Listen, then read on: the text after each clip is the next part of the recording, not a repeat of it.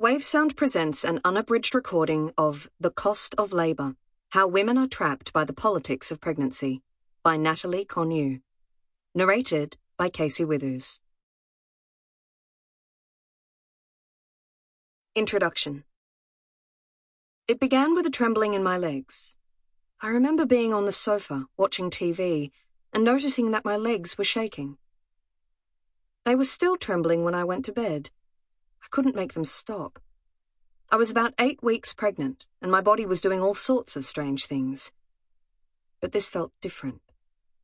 I hadn't read about trembling legs in any of the books that my friends had given me, hadn't seen it listed as a symptom of early pregnancy on any of the websites I'd been clicking onto in the last 4 weeks. My husband called a locum, who told me I was anxious and gave me a Valium. I went to sleep, but woke at 2 a.m. and tossed and turned for the rest of the morning, my legs doing a cha-cha without my permission. This went on for days. I couldn't still myself.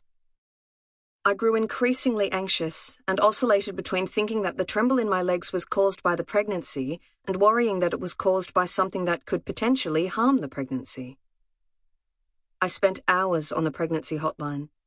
I tried doing guided meditations at night to calm myself before bedtime. I worked from home, embarrassed about this body that I could no longer control. It is hard to write about this time, even 8 years later. I can see myself from this current vantage point of wellness, and it hurts to stare squarely at my past, vulnerable self. I want to wrap her up in blankets and reassure her that eventually everything will be okay. I didn't know this then, that everything would be okay. Those days were shadow days. All I knew at the time was that I was not well, and that I did not know how to make myself well. The day before I found out I was pregnant, I'd been out from 8 a.m. to 11 p.m. at work, then at a photo shoot for an anthology I'd co-edited, Just Between Us, which was a few months from being released. I was exhausted, a deep kind of tiredness that I'd never experienced before, and it took me almost a week to realize that my period was late.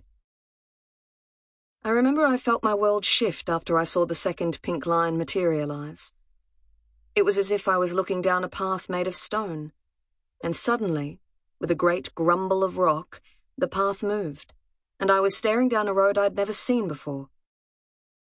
Before this, I'd known where the road was heading, into work, a career, writing. Now I was facing a different direction, and the road petered into darkness. After the shock had worn off and my husband Rob and I... Sample complete. Ready to continue?